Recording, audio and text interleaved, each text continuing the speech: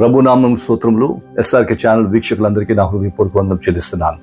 కడవరి దినంలో జీవిస్తున్న సంఘము, క్రైస్తవ సమాజము దేవుని యొక్క భయభక్తులు కలిగి, కృతజ్ఞత కలిగి దేవుని చిత్తమును నెరవేర్చుచు ఆయనకి ఇష్టానుసారంగా జీవించాలి అనేది దేవుని యొక్క ఉద్దేశ్యము. కాబట్టి కడవరి దినముల్లో జీవిస్తున్న మనము దేవుని ఇష్టానుసారంగా జీవిస్తూ ఆయన కృపకు పాత్రలమే జీవించినట్లయితే మనము ఆయన సన్నిధిలో అంగీకరింపబడి ఆయన యొక్క కాపుదలను మనం అనుభవిస్తాం.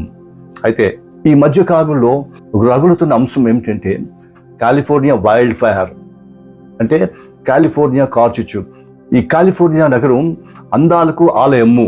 ఈ విధమైన అందాలతో నిండి ఉన్న కాలిఫోర్నియా నగరం ఈరోజు కాల్చబడి అగ్నికీలల మధ్య బూడిదైపోయింది.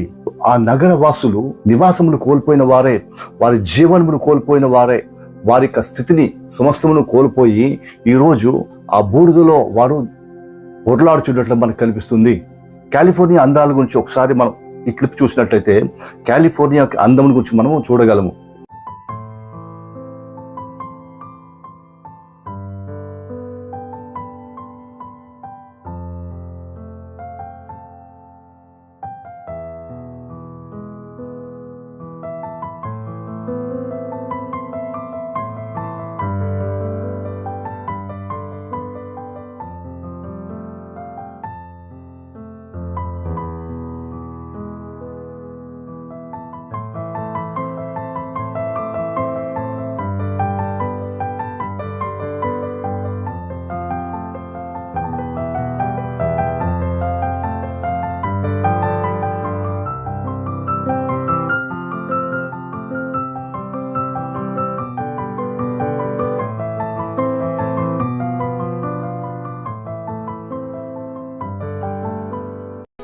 When I was young, I'd listen to the radio, waiting for my favorite songs.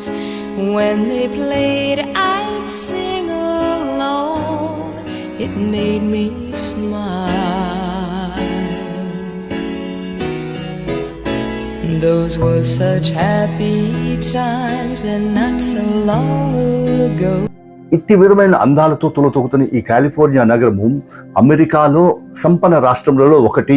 ఈ రాష్ట్రములకు ప్రకృతి అందాలే ఒక ప్రత్యేకత. ఇది దేవుడు ఆ ప్రాంతానికి ఇచ్చిన ఒక ధన్యత అని చెప్పవచ్చు.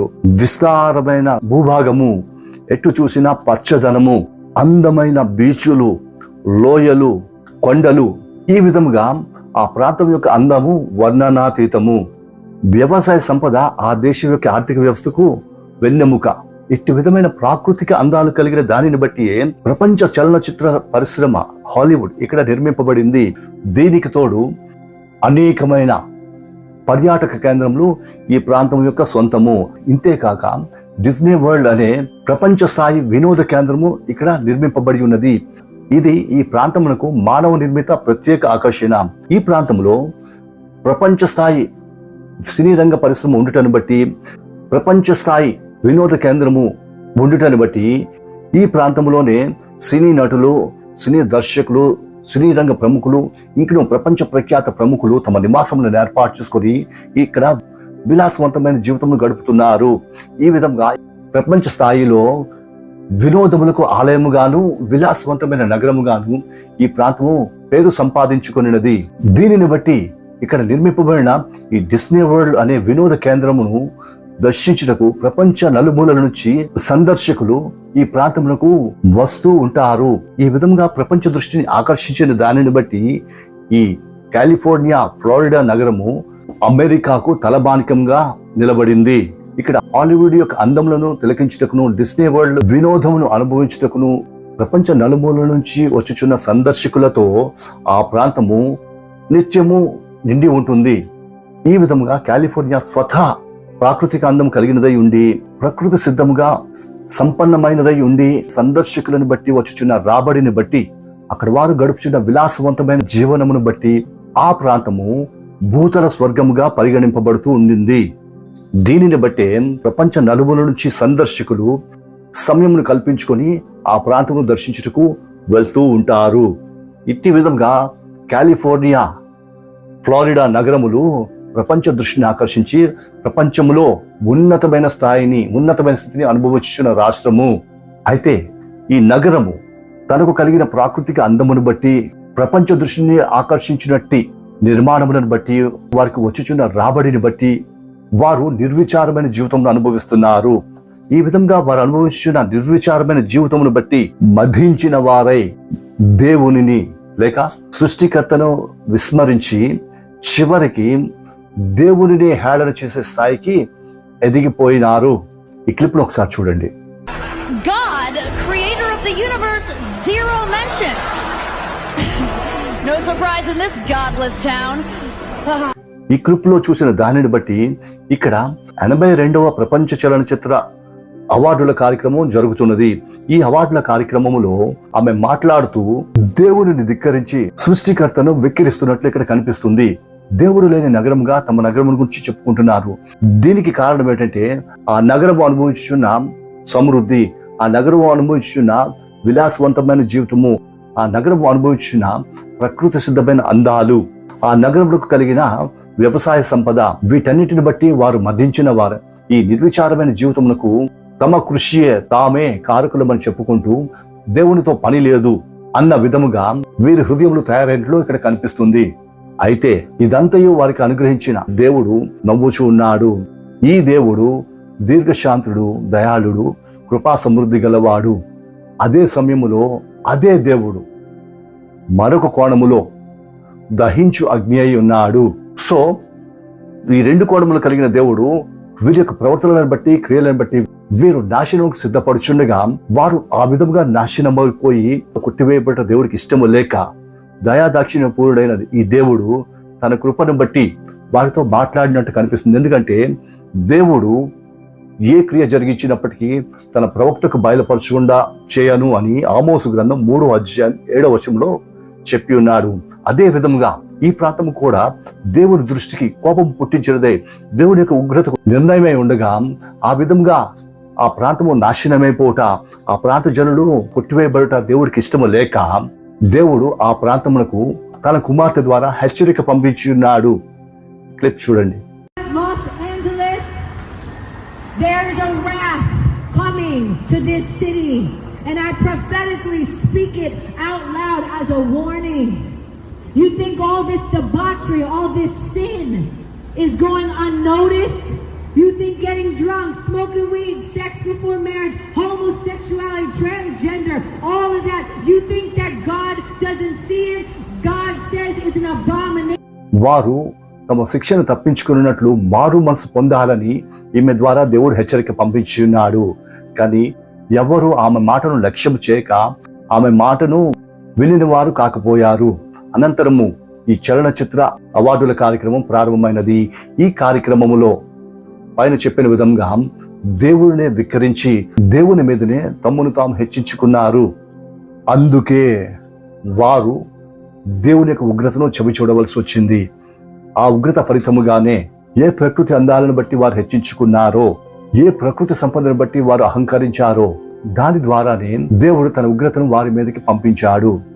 గమనించండి, ఏ విధంగా ప్రారంభమైనది అన్నది తెలియదు గాని ఊహించని రీతిలో ఆ ప్రాంతంలో అగ్ని అన్నది ప్రారంభమైనది. ఇదే సమయంలో శాంటా అనా అనే గాలులు ఈ కాలంలో ఆ ప్రాంతంలో వీస్తుంటాయి. వీటి యొక్క వేగము ఇంచుమించుగా గంటకు 120 కిలోమీటర్లు ఉంటాయి. దీనిని బట్టి అక్కడ రాజిన అగ్నికి ఈ గాలులు తోడై ఆ అగ్ని యొక్క వేగము పుంజుకొని వేగముగా వ్యాపించి దేశమంతయు తగలబడిపోయింది.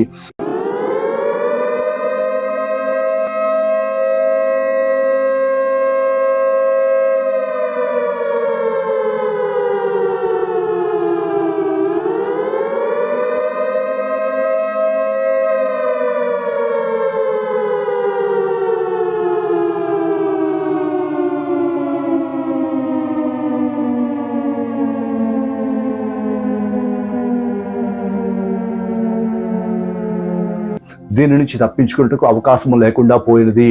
ప్రతి గృహము, ప్రతి వస్తువు, ప్రతిది వారికి కలిగిన సమస్తమును కాలి బూడిదైపోయినది. అప్పటి వరకు వారు అనుభవిస్తున్న విలాసవంతమైన జీవితం పోయింది. అప్పటి వరకు వారు సంపాదించిన సంపద అంతయు పోయింది. వారు దాచుకున్న సమస్త ఈవులు కాలిపోయినవి. All of the Old Town, the iconic Alderton Old Town, is gone. Our museum is gone. That'll hit me in a while. You know, it took my wife and I almost 40 years to put it together, but it's the way it is, so we'll go on. ఏ విలాసవంతమైన ఇళ్లలో వారు జీవిస్తూ నిర్విచారమైన జీవితం జీవించి దేవుడిని ధిక్కరించారో, దేవుడితో పని లేదన్నారో, ఆ విలాసవంతమైన భవంతులే ఈరోజు బూడిద కాగా ఆ బూడిదలో వారు పొర్లుతున్నారు. ఆ బూడిదలో వారు స్థితిని గడుపుతున్నారు. ఒకానొక దినమున ఈ అగ్ని రాకముందు వారు సుఖముగా జీవించారు. కానీ ఒకసారి అగ్ని వచ్చి వెళ్ళిన తర్వాత వీరి జీవితము తల్ల క్రిందులైపోయింది. ఒకప్పుడు చల్లదనంలో కూర్చున్న వీరు ఈరోజు వేడిలో కూర్చున్నారు. ఒకప్పుడు పరుపుల మీద కూర్చున్న వారు ఈరోజు బూడిదలో కూర్చున్నారు. ఒకప్పుడు గంతులు వేయుచు జీవించిన వారు ఈరోజు మూలుగిలిడుచు ఏడ్చుచు దుఃఖించుచు బూడిదలో కూర్చున్నారు. కారణం ఏమిటంటే వారు దేవుని కన్నా సుఖానుభవం కోరిన వారే. వారికి కలిగిన ఈవులను బట్టి దేవుని నిర్లక్ష్యం చేసి దేవుడిని హేళన చేశారు. గమనించండి ప్రియులారా, సృష్టికర్తను హేళన చేసే స్థితికి వీరు ఎదిగిపోయారంటే వీరు ఎంతగా దేవుని మీద తిరుగుబాటు చేశారో గమనించండి. ఈనాడు వారు నమ్ముకున్న సంపద పోయింది, వారు నమ్ముకున్న ధనము పోయింది, వారు కష్టపడి సంపాదించిన భవంతులు కోల్పోయారు. వారి సంపదకు కారణమైన హాలీవుడ్ చలనచిత్ర పరిశ్రమ కాలిపోయింది. వారి రాబడికి కారణమైన డిస్నీ వరల్డ్ పార్క్ తగలబడిపోయింది. ఈరోజు తృప్తిగా తినే అవకాశం కూడా వారికి లేదు. దీనంతటికి కారణం ఏమిటంటే వారికి కలిగిన దానిని నమ్ముకొని దేవుడిని నిర్లక్ష్యం చేసి ఉన్నారు. అందుకే దేవుడు వారి మీద కోపగించి ఉన్నాడు. గమనించండి, బైబిల్లో యెషయా గ్రంథం 47వ అధ్యాయం 7వ వచనం ఇక్కడ తనకు కలిగిన రాబడిని బట్టి, తనకు కలిగిన సంపదను బట్టి, తనకు కలిగిన అందమును బట్టి ఆ దేశం నేను సదా దర్శనై ఉందని అనుకుంటుందట. కానీ దాని వలన వచ్చే ఫలితం ఏమై ఉంటుందో యోచించలేదట. దానిని బట్టి ఆ దేశంతో దేవుడు అంటున్నాడు, సుఖాశక్తురాలవే నిర్భయముగా జీవించుచు నేను ఉన్నాను, నేను తప్ప వేరెవరునూ లేరు, నేను విధవరాలుగా కూర్చున్నాను, పుత్రశోకము చూడను అని అనుకుంటుందట. దానితో దేవుడు చెప్తున్నాడు, ఈ విధముగా అనుకుంటున్న పట్టణమా ఈ మాట విను, ఒక్క దినములోనే ఒక్క నిమిషములోనే పుత్రశోకమును వైధవ్యమును నీకు సంభవించును అని చెప్తున్నాడు. గమనించారా, ఇక్కడ దేశము తనకు కలిగిన సౌఖ్యం బట్టి, విలాసవంతమైన జీవితం బట్టి నేను ఎప్పుడూ ఇలాగే ఉంటాను, ఇదే విధమైన ఔన్నత్యము నేను అనుభవిస్తాను, ఇదే విధమైన విలాస జీవితం నేను అనుభవిస్తాను, నా సంపదకు లోటు లేదు, నా రాబడికి ఎటువంటి అడ్డు లేదు అని అనుకుంటున్న పట్టణమా, ఒక్క దినములోనే నీకు కలిగిన సమస్తము నేను తీసివేయబోతున్నాను, నీ సంపదను నేను కొట్టివేయబోతున్నాను, నీ రాబడికి కారణమైన దానిని నేను కొట్టివేయబోతున్నాను అని దేవుడు ఇక్కడ చెప్తున్నాడు. ఇక్కడ కాలిఫోర్నియా నగరంలో జరిగినది కూడా ఇదే. విలాసవంతమైన జీవితం అనుభవిస్తూ నిర్విచారముగా జీవిస్తున్న వీరికి ఈరోజు వారికి కలిగిన సంపద కొట్టివేయబడింది. వారు ఆధారపడిన హాలీవుడ్ చలనచిత్ర పరిశ్రమ కాలిపోయింది. వారి రాబడికి కారణమైన డిస్నీ వరల్డ్ పార్కు కాలిపోయింది. ఇంకను అక్కడ వినోద కేంద్రాలన్నీ తగలబడిపోయాయి. ఈరోజు రాబడి లేదు సరికదా, తినుటకు ఆహారం లేదు. దీన స్థితిని వారు అనుభవిస్తున్నారు. దీనంతటికి కారణము దేవునిని వారు ధిక్కరించుట, దేవునిని వారు వెక్కిరించుట. అంటే వీరు తమకు కలిగిన నిర్విచారమైన జీవితం ఆధారం చేసుకొని ఇదే తమకు జీవితము అనుకొని వారికి సర్వమును అనుగ్రహించిన దేవుని నిర్లక్ష్యం చేసి ఉన్నారు. ఇటువంటి స్థితినే తమ హృదయములో అలవర్చుకున్న సియోను పట్టణంతో దేవుడు మాట్లాడుతున్నాడు. సియోను కుమారి, నీకు కలిగిన సమస్తమును బట్టి, నీకు కలిగిన నిర్విచార స్థితిని బట్టి నువ్వు గర్విస్తున్నావు.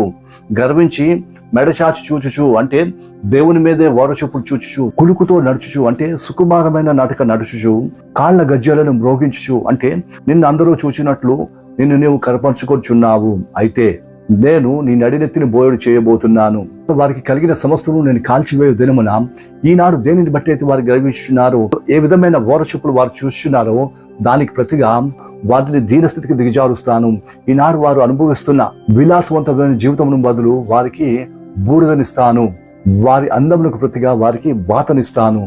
వారిలో ఉత్సవమును కొట్టివేస్తాను, దుఃఖమును అవమానమును వారికి మిగిలిస్తాను అని ఈ విధముగా దేవుడు ఆ సియోను కుమార్తె యొక్క గర్వమును బట్టి ఆమెకు దేవుడు హెచ్చరించి ఉన్నాడు.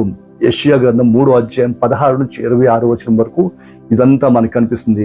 దీని అంతటిని బట్టి మనం గమనించినట్లయితే దేవుడు చెప్తున్నాడు, నీకు కలిగిన స్థితిని బట్టి నువ్వు సంతోషించడం మంచిదే, నీకు కలిగినది నువ్వు అనుభవించడం మంచిదే, దానిని బట్టి నువ్వు సుఖించడం మంచిదే. అయితే ఇవన్నీ నీకు అనుగ్రహించిన దేవుని నువ్వు అవమానపరచకూడదు, ఆ దేవుడిని ఘనపరచాలి, ఆయనను స్తుతించాలి. కానీ ఇక్కడ ఈ పట్టణం జరిగించినది ఏంటంటే, తనకు కలిగిన ఈవులను బట్టి, తనకు కలిగిన వచ్చుబడిని బట్టి దేవుడిని హేళన చేసి తన్ను తాను హెచ్చించుకొని దేవుడితో పని లేదు అన్న స్థితికి ఎదిగిపోయిన దానిని బట్టి రోషము కలిగిన దేవుడు తన ఉగ్రతను ఆ ప్రాంతం మీదకి పంపించి ఉన్నాడు. ఈరోజు దేనిని బట్టి ఆ దినమును వారు గర్వించారో అదంతయు కొట్టివేయబడింది. విలాసవంతమైన జీవితము పోయింది, బూడిదలో దొర్లుతున్నారు, ఎయిర్ కండిషన్స్ పోయింది, అగ్ని వేడిని అనుభవిస్తున్నారు, సుఖవంతమైన జీవితం పోయి దుఃఖకరమైన స్థితిని అనుభవిస్తున్నారు. సంతోషం పోయింది, దుఃఖం వచ్చింది, ఆనందం పోయింది, వేదన వచ్చింది, ధనము పోయింది, దీనస్థితి వచ్చింది. దీనంతటికి కారణం ఏమిటంటే వారు దేవుని ధిక్కరించుట. అందుకే దేవుడు చెప్తున్నాడు, తనకు కలిగిన స్థితిని బట్టి గర్వించి వాడు కొట్టివేయబడతాడట. ఆనాడు సొదొమ గొమొర్రా పట్టణం కూడా ఇట్టి విధమైన నిర్విచారమైన స్థితిని అనుభవించడాన్ని బట్టియే దేవుని సన్నిధిని నిర్లక్ష్యం చేసి దేవునికి వ్యతిరేకమైన ప్రవర్తన ప్రవర్తించి దేవుని యొక్క దూతలను అవమానపరిచినట్లు మనం చూస్తున్నాం. దానిని బట్టే ఆ ప్రాంతం మీదకి అగ్ని గంధకములు కురిసినవి.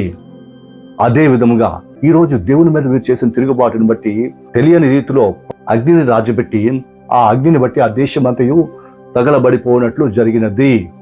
నేడు కడవరి దినములలో కూడా ఇదే విధమైన పరిస్థితి లోకములో కనిపించుచున్నది.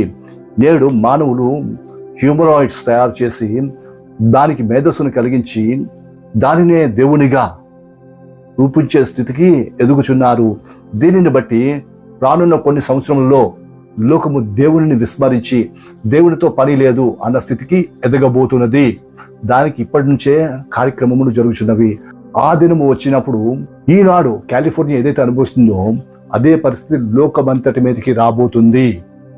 కాబట్టి ఈ కాలిఫోర్నియాలో జరిగిన సన్నివేశం బట్టి దేవుడు ఈరోజు నీతో నాతో మాట్లాడుచున్నది ఏమనగా, నువ్వు ఎంతటి స్థితికి ఎదిగినప్పటికీ, ఎటువంటి క్షేమకరమైన స్థితిని అనుభవించినప్పటికీ, ఎటువంటి నిర్విచారమైన స్థితి కలిగినప్పటికీ, దేవుడికి ఇచ్చిన ఈవులను బట్టి ఎంతటి సంపన్నమైన స్థితికి నువ్వు ఎదిగినప్పటికీ, నీకు సమస్తమును అనుగ్రహించిన దేవునికి లోబడి దీన మనసు కలిగి ఆయన ఎడలు జీవించినట్లయితే లోకం మీదకి రాబోతున్న ఈ ఉగ్రత నుంచి నీవు తప్పింపబడతావు.